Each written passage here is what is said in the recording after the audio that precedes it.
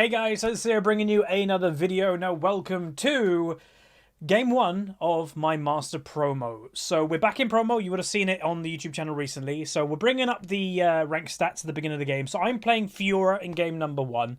We're against a one-trick Zed, and I'm just kind of pointing out that there's a support main as the AD carry on the enemy team and a jungle main as the support. So enemy bot lane doesn't look to be good. If you can see, also my Aurelia's win rate is a little bit iffy. My Xayah and my Morgana win rates are also negative. So, you know, not looking fantastic, but, you know, both teams are people that are, let's say, a little bit more questionable. But yeah, team comp-wise, you can see I'm playing FIORA, got Lee Sin, Aurelia, Xayah, Morgana. So overall, a pretty good comp. Enemy team has got, like, Kled, Gragas, I can't remember what was mid lane, Nico. So enemy team, or both teams, I'd say, have actually pretty decent comps. So just to let you know, the master promo will be the content over the next few days. I'm not entirely sure if it's going to be one episode per day or two per day. Not really sure how I'm going to do it, but all of them are in this style. So hopefully that's okay with everybody. We're doing the point of view style. Basically, you can see also, I very occasionally, say there, I just typed, to YouTube, I'm worried about mid, and I think I said myself, because I'm against a one-trick Kled, so obviously I'm a little bit worried. So yeah, you'll see me writing notes every now and then, and it's not to tell my team those things, it's to tell you guys what I'm thinking at the time of playing. But I played this promo a few days ago, and I streamed it. I streamed it live, but without any microphone, without any camera, and I just purely focused on playing. And I think it was like the healthiest thing to do. So you can see me going no items on Kled ? Then I kind of worked out it was Nico transformed as Kled, and potentially what Nico did was transform into Kled before he bought items, and then it wouldn't have shown Kled having items, obviously, because she transformed it to him earlier. So the matchup, FIORA versus Kled, I picked into Kled from memory because FIORA is a natural counter to the champion for the very basic principle of his Q. His Q is a latch that as FIORA, you can time your W nearly every single time to counter it. Now, I will say, if ever in these episodes there's a little bit of desync or that I might be talking about something a second or two later, basically the only way that I can record these is I'm watching the episode myself while recording this commentary, and for some reason, sometimes in the recording that I'm watching, it freezes, and obviously if it freezes for a second and then continues playing, I'm a little bit out of time, but it should be completely fine. So what the enemy team did, though, is very smart. We did it, you know, a few episodes ago on Renekton. They lane swapped. So why did they lane swap? And I will say, I do believe they had the intention of Kled being top and Nico being mid, but the Kled being a one-trick Kled knows this matchup. You know, it's 100% he knows the FIORA matchup. It's nearly impossible for a Kled to win that matchup just by how the champions work. So this, I would presume, would be the Kled going, hey, swap with me, I can lane versus an Aurelia, and Nico can lane versus any melee in top lane. So a bit annoying for me. Again, I play Nico top. She's very effective right now. You're like, some people say, is Nico top lane a cheese? Partially, but she's like a meta cheese, if that makes sense. Like, she is actually a top laner. Like, people play her top nearly as her main role. I'd probably put her as mid and top 50-50 at this point. And then obviously some people still play her bot a little bit. But yeah, she's mainly a solo laner and not bad at all. Lee Sin goes for a ganking bot lane, doesn't manage to get it. But yeah, so the difference I will say of this master promo, if you guys have been watching the channel a little while, we did the master promo, what, about a week ago or so? That master promo I learnt a lot from. It would have been nice, obviously, to get promoted from the first promo. But I learned a lot from that promotion series. The one thing I learned is if things go poop, stop playing. I forced myself, I don't know why, that the first master promo, I played all 3 games on the same night or same day, and it went terribly. After game 1, I should have stopped. And what I said to myself was, if the game goes poop, I'm going to stop playing unless I personally feel that I did completely fine. But that's, I'd say, something you guys should do at home is definitely on that regard. So you can see the annoyance of playing against a Nico top lane. I even teleport, come back into lane, and I get poked down, you know, very quickly. So Lee Sin is in the area. I'm going a little bit aggressive on her. I get my W. Unfortunately, Lee Sin rushes his Q. I'm going to come in to try and finish off the kill, and I get myself first blood. Which is nice. You know, FIORA, if I can win lane, that would be great. The issue that we're in is FIORA is a, let's say, fighty champion that you're trying to duel people in 1v1s. Nico is basically the opposite of that. Like, she fights you a lot, but she fights by poke, and she fights, like, while also then having, you know, she could run away really easily. So I'd say this matchup is a nightmare for FIORA because I want to get damage down, and it's nearly impossible to get damage down on a Nico in a 1v1. So itemization, I'm going Hexdrinker first. This shouldn't be a surprise. It's one of two reasons. One, we're against a... well, actually, let's just quickly say, reminder to YouTube, enemy bot lane are both auto-filled. So I was just pointing that out. Again, you know, they're both of the enemy bot lane are auto-filled positionally. The enemy AD carry is a support main. The enemy support is a jungle main, where I think my bot lane were both mains of their roles. The Xayah was an AD carry, and the Morgana was a support. So again, it's just pointing that out, because it did seem like, you know, it's not going great for my bot lane right now. But yeah, we're going Hexdrinker because of the basic principle. We're getting poked out by a Nico a lot. Hexdrinker gives me that survivability. And if we're going to get ganked by anybody, you're likely going to get ganked by the enemy jungler, and Gragas is also AP. So it's like a double itemization. The always annoying thing when you're itemizing against, like, say you're against a Nico, and the enemy jungler's a Lee Sin. And it's like, if I buy AP, then Lee Sin deals a buttload of damage to me. What do I do? A lot of the time, and by the way, in that instance, if you're playing a bruiser, the actual answer is just build damage. Your defense is actually going all in and dealing damage at that point. But this game, you know, they're both AP, so you might as well buy the defense a little bit. Especially, a Nico is designed to be annoying. But in principle, like, if you want to have my thoughts about what do I feel about this game, you know, how would we end up winning this game? On comp isn't bad, you know, walking into mid-late game. We've got a lot, and I mean a lot of dueling capability, strong 1v1 champions, FIORA, Aurelia, etc. And our team fight isn't terrible. I would say it's not as good as the enemy teams, you know, Nico, Gragas, etc. But it's not bad. But our power would be most likely having me split pushing, that I don't think anybody on the enemy team would be able to 1v1 a mid to late game FIORA. And then, you know, picks. Morgana bind, feathers from Xayah, that's kind of our comp. And really what we should be doing is focusing objectives, because when you have a team comp that outscales, in reality you shouldn't really care about lane phases, you care about the objectives, and then you have the objective buffs from Dragon or whatever for your late game. And again, we've spoken about game knowledge a lot over the years, and I'd say that is one of my biggest strengths as a player, is game knowledge. And people say, how do you gain that? It's time. You know, yeah, you can improve your game knowledge by working on it, by researching and actually, like, learning things. But a lot of the time, it's just time invested into the game. You'll pick up things more. And paying attention while you're in game. As funny as it sounds, a lot of people play on autopilot and they're not noticing the little things. They're not noticing, oh, I'm playing Nico, for example. When do I start to feel strong? Oh, I start to feel strong at level 7 or whatever. Like, those are the things you need to pick up on and then use to your advantage when you're in game yourself. So I'm saying to YouTube, this lane is annoying. It is, yeah. Again, I can't BM it because I play Nico top 2. It's effective as hell. Like, if you're playing, if you're somebody that struggles against the likes of Aatrox, FIORA, Aurelia, Nico's for you, right? We recently just played the Karma in top lane, and I showed, yes, it's incredibly boring, but I think it was against an Aatrox from memory. Aatrox is designed to bully lane. He didn't bully me at all. Like, that's kind of what Karma's about, and Nico is a version of that just does more damage, where Karma is the tanky shielding version of that playstyle.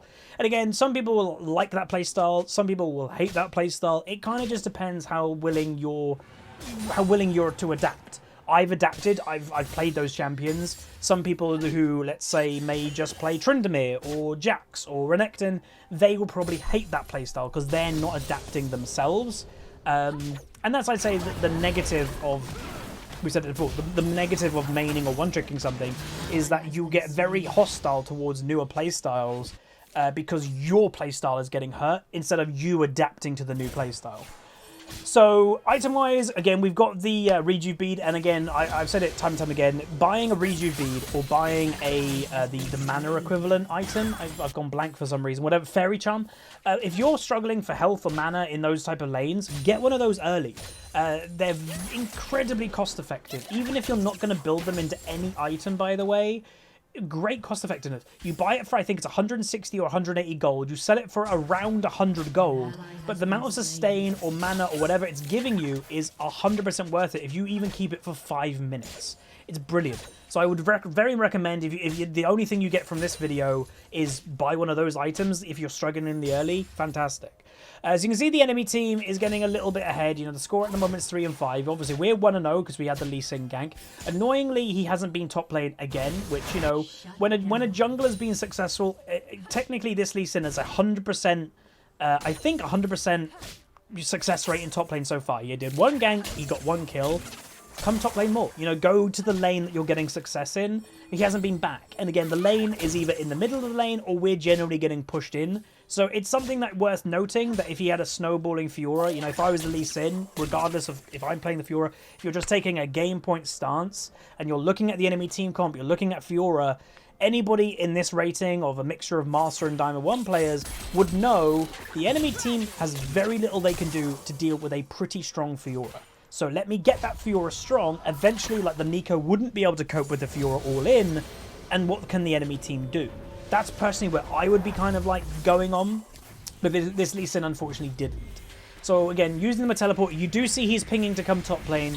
But, you know, when someone's coming to top lane, it's very likely that this Nico would be looking to go back and buy pretty soon. She gets the tower plate, and she's probably going to go back right now. Again, people want the tower plates, get the maximized gold, and then go back and buy. So that's probably what's ended up happening. So you can see my Aurelia is having actually a great game. And yet that's the Aurelia that has a pretty poop win rate. But my bot lane, you can see they both have died 3 times so far this game. So the enemy team has 7 kills.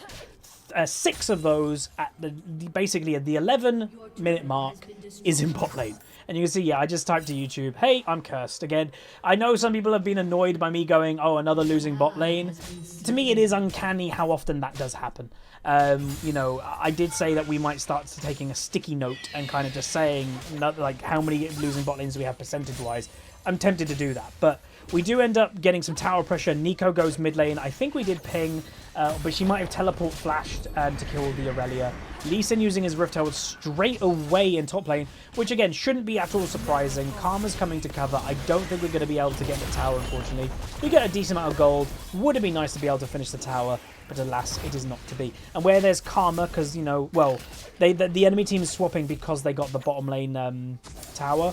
But again, this Karma to me is being over-aggressive, and Lee Sin is still in the area. So I'm like, hang on. So she goes all in. I put my ultimate. Lee Sin's in the area too. We're going to just end up killing the Karma really quickly, get her flash too, so that's the 2nd kill for me.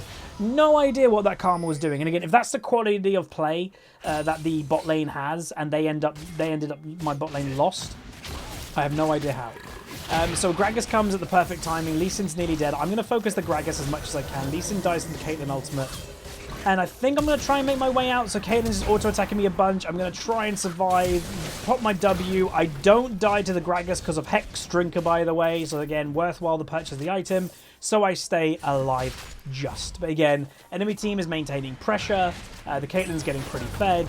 Morgana's now in top lane trying to cover the tower so it doesn't go down. But you can also see now in the bot lane on the minimap, the Kled is now free pushing bot lane. So also worth mentioning, during my stream of this, again, we had no mic, no camera. It went great, in my opinion, of just the stream element. We had about 550 people watching just pure gameplay, which surprised me. But I also had a 3-minute delay. The reason why I had a 3-minute delay is to get rid of any type of ghosting that could have ever happened. And to me, having a delay when I'm not even interacting, not even like saying hello to the chat or like answering questions, was worthwhile. And I would say, if there's any of you who are aspiring streamers who stream, etc., I would say and encourage, when there's important games, promos, whatever it may be, placements, I wouldn't stream. I did, but we did like a unique stream that I'm not interacting at all. It vastly changed how I played. And again, you're gonna see over the next few days this promotion series. Again, not going to give it away. And again, I will say it might be too late for some of you. Be mindful of the comment section over the next couple of days, because obviously there will be people that will spoil the outcome either way that it goes. But yeah, so it did change how I play. I found myself being more focused. The only thing that I would have liked would probably have been music on, but I didn't play any music. We get the top lane tower eventually, but yeah. So top lane in itself right now, this game is actually going relatively well. If you're actually taking into regard what a FIORA is supposed to do to a Neeko, we've actually done quite well. We haven't died. We're about 20 farm down, which is fine. 20 or 30 farm down. But, you know, you're in a poke lane against you. It's just like, Jesus. And we're 2-0, so we've made very little mistakes, if any, at this point. It's just farm that would have been a little bit better, or could have been a bit better. So enemy team instantly burst the Morgana. I was going to go for the Gragas there, but Lee Sin did a really weird kick. He actually kicked the Gragas straight into the Xayah. Yeah, that wasn't a great kick, because if we finished off the Gragas with my ultimate, that would have given us the healing zone. So I honestly, I've got no idea why he did that. So you can see that I'm typing. The one lane that I was legit not worried about due to something I said was bot. So yeah, when I was in the loading screen and I was looking at the thing, I was worried about myself because I thought I was against the Kled, and obviously a Kled one trick. I don't play much of FIORA. I was like, oh, hopefully I'll be okay. Mid lane I was worried about because their win rate's pretty bad. I was worried about bot lane not at all, because it was 2 mains of their roles versus 2 autofills. And it's the complete opposite. It's literally the complete opposite. The Aurelia actually had a pretty decent game. I've had an okay game as FIORA, considering or against a Neeko. And my Xayah's 0-5, you know. It's just the way that it goes sometimes. And again, this was game number 1 of promo. So, you know, like I said earlier, the idea, meanwhile we're going to go for a big play on the Kled. The idea, like I mentioned, was if the game goes poop and I feel that I'm responsible and I haven't played very well, then we just stop, and I would advise that for you guys at home as well. But if I feel that I've had an okay game and I'm playing okay, then I'll continue. And I will say, just a, you know, slight spoiler, I continued after this game because, again, yes, the bot lane was a bit meh, but I felt like I did everything pretty good. I was never going to be technically in a winning lane to a Neeko in a 1v1. If Lee Sin came top lane and maybe gave me 2 or 3 more ganks and we got 1 or 2 more kills, then yeah, maybe I could have snowballed, but obviously that didn't happen. And Neeko is designed in top lane, you know, to not die. She's designed to poke enough that there's enough pressure for her not to die, simple as that. So the Aurelia on my team has overstayed. Enemy team has the whole time from running from mid to bot lane without the Aurelia reacting. She's going to go for a fight though, and again, this does show the strength of Aurelia, by the way. 3v1 situation, she gets a kill. And again, that was an Aurelia with a negative win rate. So imagine like a godlike Aurelia. That champion is just very strong. But this will give us mid lane pressure. At the moment, I am partially thinking, you know, if we get a Morgana bind, we could potentially go all in. Morgana bind doesn't get anywhere close. We're just going to get the tower. You can see Caitlyn right now is very strong, so her crits hurt me quite a bit. And the enemy team is going for some type of flank. So we did see a teleport play in River. Gragas gets his ultimate. Lee Sin's going to try and survive as much as he can. Neeko was the teleport in the end. Lee Sin running into the enemy territory, which obviously is never good. We did have Vision of Kled in the top lane on the minimap. So I believe Lee Sin is literally about to run into the Kled, and there you go. So at this point, I'm basing, but I'm like, oh, well, my Xayah's caught, she's dead, and I decide to go all in. And Caitlyn's got no mana at this point. Doesn't matter. The Caitlyn just got 2-fed from lane phase. So you can see the surrender vote does go out. I do say no, and I will say the sole purpose that I said no is because I'm in promo. Do I think that we're going to win this game? You know, we've spoken in the past about win conditions and team comps. Not really. Like, if you base this on team comp, our late game isn't bad. We spoke about earlier that we've got great 1v1 capabilities, we've got good pick chances, but the enemy team, I would say, overall probably has a slightly stronger team comp. They have an easier, I'd say they have an easier comp to pull off in some aspects. But yeah, you can see, and again, what I'm typing in chat, it's questionable. It's not toxic. It's nothing. It's not being, you know, aggressive. It's just going, I don't know how you guys fed so much input. And again, all that is a little bit of frustration of going, really? Like, it's promo frustration. I'm sure we've all had it. But again, never be toxic. I've never been angry enough to, like, say something mean to people in game. Even though, again, some people in League probably would deem what I just said there as toxic. That's the weird thing about the League community. But yeah, like, again, partial frustration is completely okay. Just, again, someone like me that has never had a punishment on a League account for, like, until Season 1. That my only ever punishment in League of Legends from memory was in Season 1, I had an account banned for 2 weeks because I kept leaving games when I was brand new to League of Legends, because I didn't know leaving games was a negative thing at the time in Season 1. Because, yeah, it was a brand new game. There was, like, no rules. Like, no one could find this stuff out. So I had an account, you know, temporary ban for a week or 2. all the way back in Season 1. Since then, I've had nothing because I've understood the game more. Because I came from a World of Warcraft background that's like, when you leave a dungeon, it will replace the person that left the dungeon. It doesn't do that in League, funny enough. And I didn't know that back in Season 1. But yeah, speaking as someone that's never received any type of toxic punishment, I'm telling you, like, toxicity, it's weird. Some people are very toxic and they think they aren't. And some people aren't toxic, but people call them toxic. It's a weird place to be. So what you just saw there, by the way, I walked in bot lane, and did you notice the Kled ran away? This Kled legitimately has zero interest in fighting me this game. The whole game. They lane swapped against me. Right now, I can split push, and he's going to run away from me. And, you know, he's not in a weak place, but I'm not in a weak place either. It just shows how inherent this counter is. A Kled one-trick, who should be very confident in his own gameplay, who will be confident in his own gameplay, has no interest fighting a FIORA. So again, that is a good example of counters in League of Legends. You can see Lee Sin is thinking about maybe trying to get himself into the bush. Opts out of it because the lane's actually pushing in. We do know Kled is still in the area. You also just saw Aurelia got a kill. So again, this Aurelia's had a pretty good game. She's 6-4 at this point. Again, what, in all honesty, it's a pretty rough game. You know, the meta right now, weirdly enough, Riot in the latest devlog said they're happy with the meta. A lot of people were surprised that Riot said that because the meta at the moment is very coin flippy, and usually, and again, it might just be a personal bias of mine, and people say it probably is. At the moment, it does just seem whichever bot lane wins makes the game win. Whichever bot lane loses, that team loses. It's generally how it's going, at least for me. And I know Red Mercy, I think, also shares the same opinion because he tweeted the instant that Riot said that. They were like, what? What are you on about? But again, we're probably biased because we're solo lane people, and we notice when our bot lane is losing more. I'm sure if you're a bot lane main, you're like, my top lane never wins. I'm sure it's the same kind of thing. Aurelia, once again, overstaying, unfortunately, gets herself killed to multiple people. That's like a second or third time she's done it this game. Item build-wise, by the way, so we finished the lifesteal item, which is standard. We're now opting for, by the way, if the game would last long enough, we're going to go for Triforce.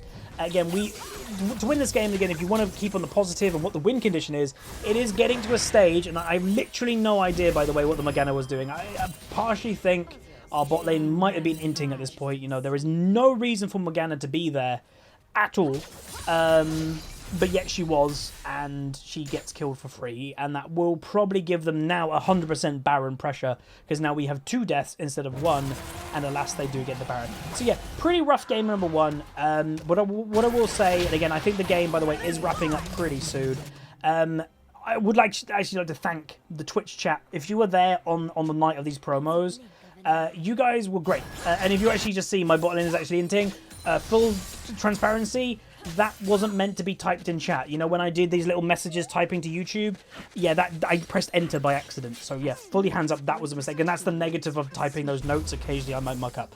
But yeah, you know, thank you very much if you're watching live, because after this game number 1, you'd imagine pretty frustrated, very bad bot lane on my team. We've had a history of bad bot lanes. You know, our bot lane in combination, I think at this time right now might be 14 or so deaths between both of them. So half or just over half of the whole deaths in the team. We're playing FIORA. We're in a matchup that I literally can't do much. You know, we can't put damage onto a Nico. It's a Nico. So it was frustrating. You know, I felt that we could have won this game if people played smarter. I felt like I played well, but in the matchup I couldn't do damage, because how do you do damage to a Nico that can just run away? So again, overall, annoying game number 1, but going back to it, thank you if you were watching live, because the encouragement that I received in the Twitch chat after this game was amazing. Like, people were like very encouraging, going, you know, that wasn't on you, Huz, you did great, you know, keep it up, you know, if you do that next game and you have a neutral bot lane, you'll be fine. So yeah, thank you very much for that. So that was game number 1. So a frustrating game, but if you want to take the positive, I'm relatively happy with my own performance. This hasn't, you know, it doesn't put me on tilt or anything like that. It's annoying, it's frustrating, but I continued after this. We did another game of the Master Promo directly after this game. So I will say the chat that you see below me there is 3 minutes delayed. Because there's a 3-minute delay in the stream. So yeah, you'll be seeing them type about stuff potentially 3 minutes in the past. So that's game number 1. We went 4-2-0, 150 farm, and you'll see very little damage. Again, the damage, because some people go, oh, Huz, you did no damage. Again, matchup. We were literally in a matchup that we couldn't do anything. We were just hoping that my team wouldn't feed. Eventually, FIORA would be strong enough that no one could do anything to me in a 1v1, but we couldn't get to that stage with how the bot lane went. But hopefully you guys enjoyed number 1. The rest of the games will be coming over the next couple of days. But if you guys did enjoy, throw a like on it, throw a comment. Again, be careful of the comments if you don't want to get spoiled. But yeah, smash the like button. It'll be amazing if you do. Subscribe, and I'll see you guys next time. See ya.